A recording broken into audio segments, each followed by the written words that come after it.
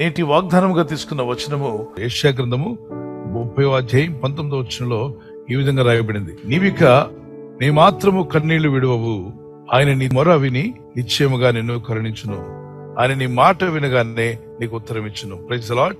నీ కన్నీరు తుడిచే దేవుడు మన కన్నీరు తుడుస్తాడని వాగ్దానం చేశాడు.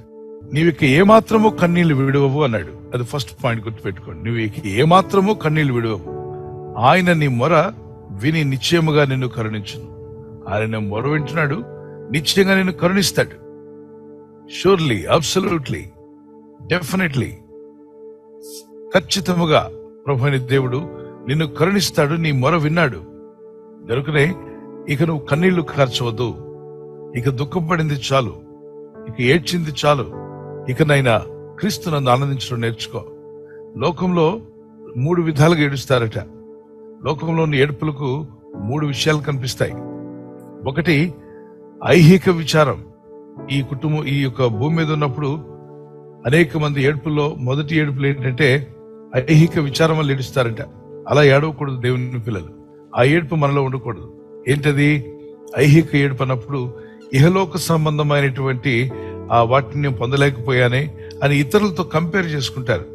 కంపేర్ చేసుకుని వారిలాగా నేను లేనే, వీరిలాగా నాకు ఆస్తి లేదు, సంపద లేదు, వారికి ఉన్నట్టుగా ఉద్యోగం లేదు, వీరికి ఉన్నట్టుగా నాకు ఇల్లు లేదు, వారికి ఉన్నటువంటి విషయాలు నాకు లేవే అని చెప్పి కంపేర్ చేసుకుని ఏడుస్తూ ఉంటారు. అది వ్యర్థమైనటువంటిది. అది మిమ్మల్ని డిప్రెషన్ గురి చేస్తుంది.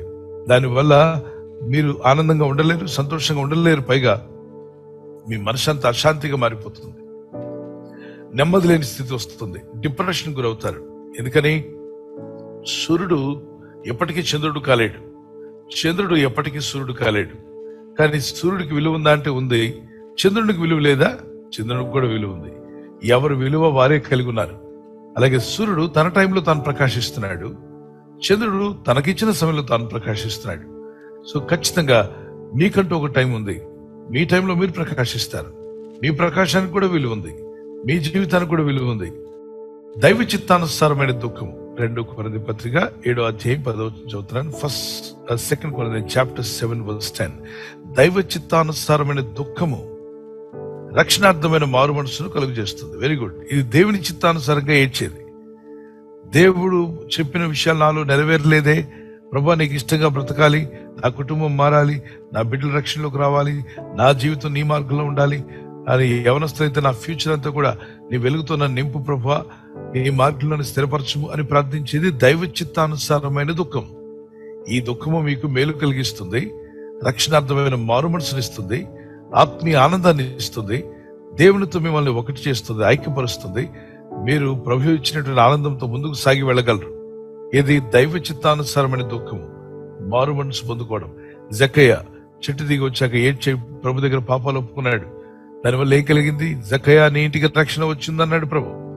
మరి ఆ పాపాత్మల స్త్రీ మనశ్శాంతి లేక ఆత్మహత్య చేసుకుని చనిపోదాం అనుకున్నటువంటి ఆవిడ ప్రభు ఉన్నారని తెలిసి ఆ ఇంటికి పరిగెత్తుకుంటూ వచ్చి ప్రభు వారు వాక్యం చెప్తూ ఉండగా ఆయన పాదాల మీద పడి ఏడ్చి కన్నీళ్లు కార్చింది.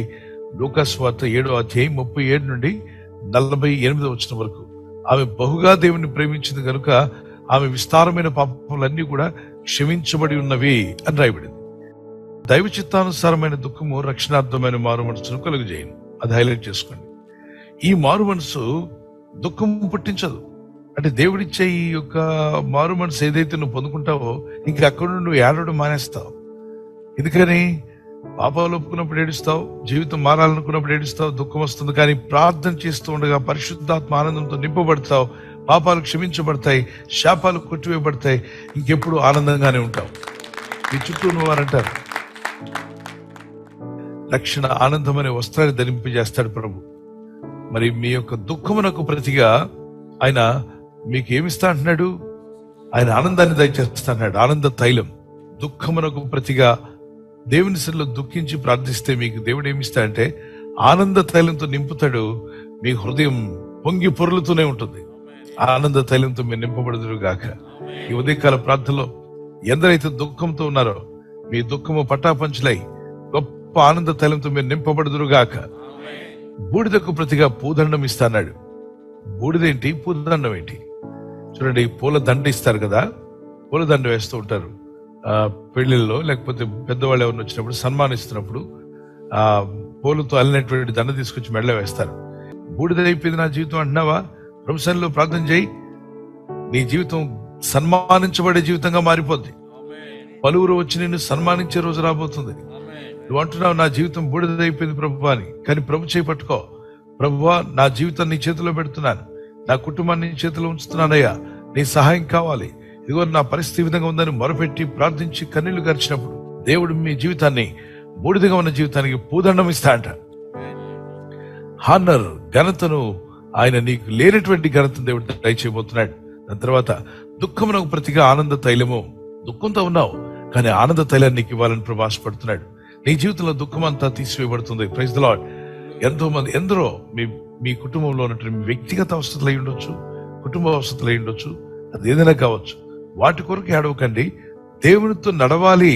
నేను దేవునికి దూరం అయిపోయానే, నా కుటుంబం దేవునికి దూరం అయిపోతుంది, ప్రభు నేను నీకు దగ్గరగా రావాలి, నీతో నేను నడవాలి, నీ చేతిలో చేయి ఉంచి నీ చేయి పట్టుకుని నడిచే వ్యక్తిగా నేను ఉండాలని ఎప్పుడైతే మీరు ప్రార్థిస్తారో, ఆయన చేతిలో అంటే ఆ బలవంతుడైనటువంటి శక్తి గల దేవుని చేతిలో మీ చేయి ఉండడం అది మీకు గొప్ప ఆశీర్వాదం కదా.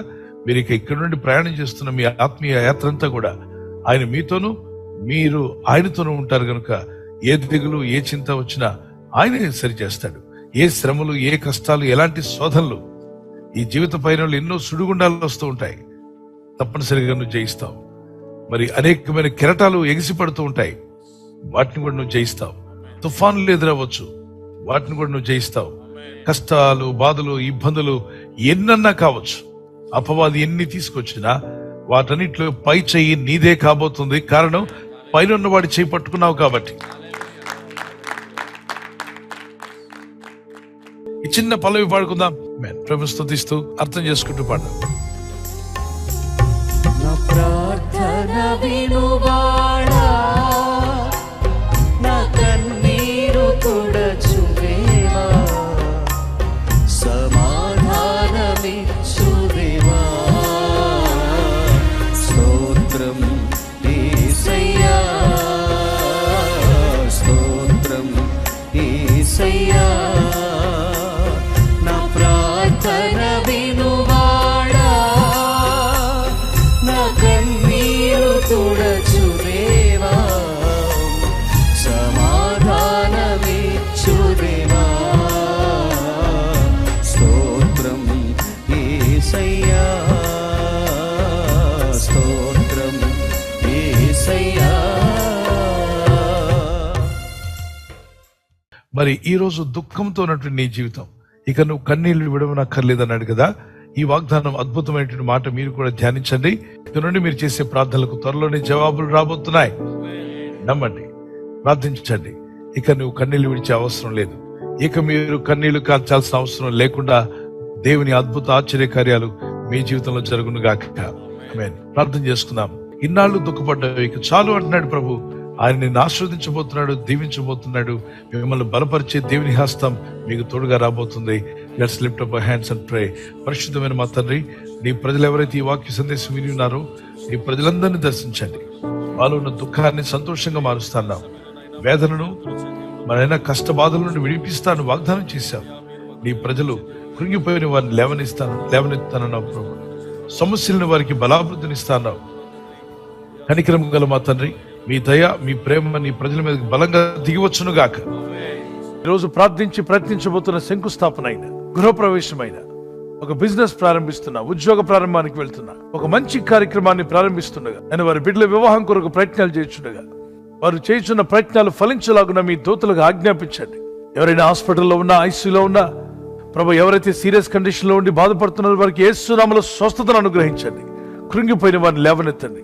మీ గాయపడిన హస్తమును చాపి వారికి ఉన్న సకల రోగాల నుండి విడుదల ఇచ్చేయి. వారిని లేపి నడిపించడాన్ని సాక్షులుగా నిలబెట్టుకోండి. ఈ ఉదయకాలం ప్రతి రోగి యేసు నామములో స్వస్థత నొందునుగాక. తండ్రి, ఈ దినం ఎవరైతే ప్రయాణమై వెళ్ళబోతున్నారో, అది రైలు మార్గమైనా, ఆకాశ మార్గమైనా, బస్సుల్లో, వాహనాల్లో ఎక్కడ ప్రయాణం చేస్తున్నా, రోడ్డు మార్గంలో ఏ వాహనంలో వారు ప్రయాణం చేస్తున్నా, ఈ ప్రజలకు కాపాడే దూతలను పంపండి. కన్నీళ్లు విడువవు అన్నావు తండ్రి. అవును, ఈ వాగ్దానం మా పట్ల నెరవేర్చండి. మా మనవి మీరు ఆలకించారని, మమ్మల్ని నిశ్చయముగా ఆశీర్వదించబోతున్నారని, కరుణించబోతున్నారని మీ వాక్యం సెలవిచ్చింది. మీరు ఇచ్చిన మాట యథార్థమైనది. ఆకాశం భూమి గతించిన నీ మాటల్లో పొలుసున్న తప్పిపోదు. ఆశ్చర్య అద్భుత కార్యములు నీ ప్రజల్లో జరిగించి నీ ప్రజల్లో ఉన్న సకల దుఃఖాలు, వేదన, బాధ నుండి విడిపించి బలపరిచి నీ సాక్షులుగా నిలబెట్టుకోమని యేసుక్రీస్తు వారి పరిశుద్ధ నామములో అడుగుచున్నాను పరలోకపు తండ్రి. ఆమేన్, ఆమేన్. God bless you. మీ దుఃఖం సంతోషంగా మారును గాక. ఆమేన్. బర్త్డే జరుపుకున్న happy birthday to you. Many more returns of the day. God bless you. మీకు వాగ్దానము కీర్తన 128 2వ వచనం, blessings and prosperity will be yours. ఈ వాగ్దానం మీకు నెరవేరాలని ప్రార్థిస్తున్నా. నీవు ధన్యుడవు, నీకు మేలు కలుగును. God bless you with this promise. ఈ బర్త్డే రోజున మరి ఎన్నో బర్త్డేలు జరుపుకునేటువంటి సహాయం ప్రభు మీకు ఇచ్చి ఆయన సాక్షులుగా మిమ్మల్ని వాడుకును గాక.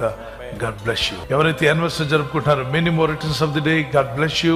భార్య భర్తలని మీ ఇద్దరి మధ్యలో ఐక్యత, ఏక మనసు, లవ్ అండ్ ఎఫెక్షన్ ఇంక్రీజ్ అవును గాక ప్రార్థిస్తున్నాం. యెషయా 26:12 వచనం, Isaiah 26:12, lord have also done all our works in us.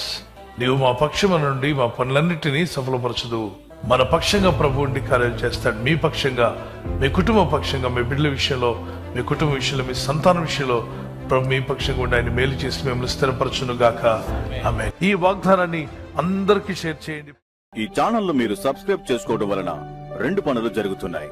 ఒకటి, సువార్త జరుగుతున్నది, ఆత్మలు రక్షించబడుతున్నాయి. రెండవది, పేదలకు, అనాథలకు ఈ ఛానల్ ద్వారా సహకారం అందించడం జరుగుతుంది. మనం సబ్స్క్రైబ్ చేసుకోవడం వలన అందరికీ సహాయం చేసిన వారమవుతున్నాం. ఖచ్చితంగా ఈ యూట్యూబ్ ఛానల్ ను సబ్స్క్రైబ్ చేసుకొని బెల్ బటన్ ను క్లిక్ చేయండి. మీకు వెంటనే మెసేజెస్ పంపబడతాయి.